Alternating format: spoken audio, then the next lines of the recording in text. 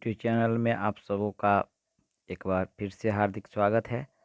आज हम बिहार विद्यालय परीक्षा समिति द्वारा आयोजित होने वाले बोर्ड परीक्षा 2021 के लिए विज्ञान के भौतिकी विषय के कुछ ऑब्जेक्टिव प्रश्नों के बारे में चर्चा करेंगे, जिससे आप लोगों को बहुत लाभ होगा। बहुत सारे प्रश्न इसमें से पूछे जाने योग्य हैं। पहला प्रश्न है, प्रिज्म से गुजरने के बाद श्वेत प्रकाश 7 वर्णों में विभक्त हो जाती है, इस घटना को क्या कहते हैं? तो आप लोग जानते हैं कि जब प्रिज्म से होकर श्वेत प्रकाश को गुजारा जाता है तो ये 7 रंगों में विभक्त हो जाते हैं। इस घटना को प्रकाश का वर्ण विक्षेपण कहते हैं, अर्थात ऑप्शन डी सही होगा, वर्ण विक्षेपण।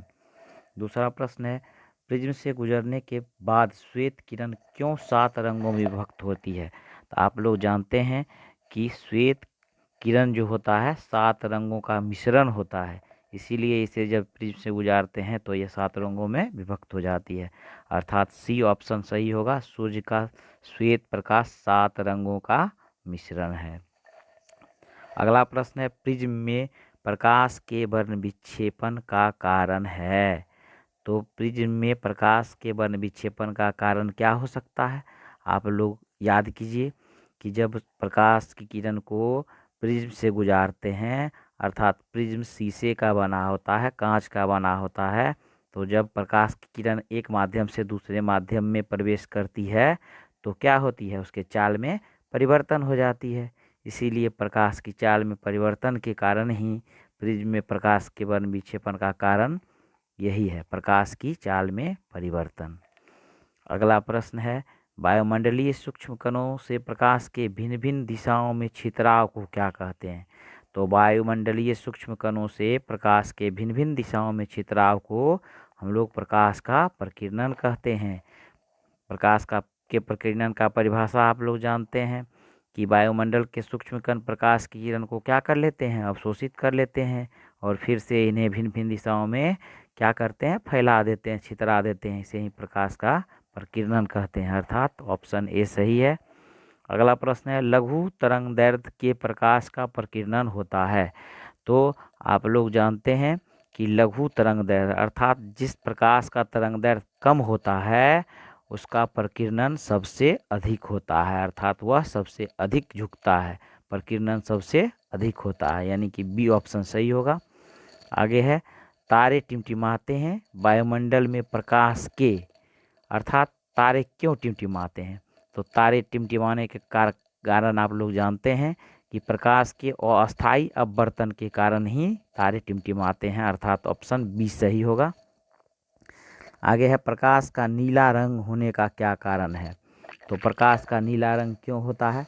प्रकाश के प्रकीर्णन के कारण, क्योंकि आप लोग जानते हैं कि प्रकाश का नीला रंग ही क्या होता है कि आकाश नीला होता है। क्यों? क्योंकि प्रकाश के और सभी रंग जो होते हैं वो कम फैलते हैं, जबकि नीला रंग क्या होता है, अधिक फैल जाता है, जिसके कारण पूरा आकाश नीला रंग का प्रतीत होता है। अगला प्रश्न है, स्पेक्ट्रम में किस रंग की किरण का झुकाव अधिक होता है?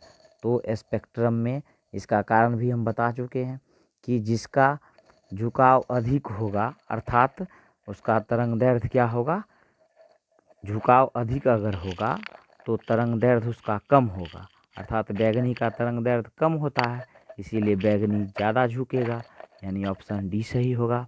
अब हम लोग आगे की ओर बढ़ते हैं, दूसरे सेट की ओर, कि दीर्घ दृष्टि दोष दूर करने के लिए चश्मे में प्रयोग किया जाता है, अर्थात कि दीर्घ दृष्टि दोष मीन्स होता है दूर दृष्टि दोष।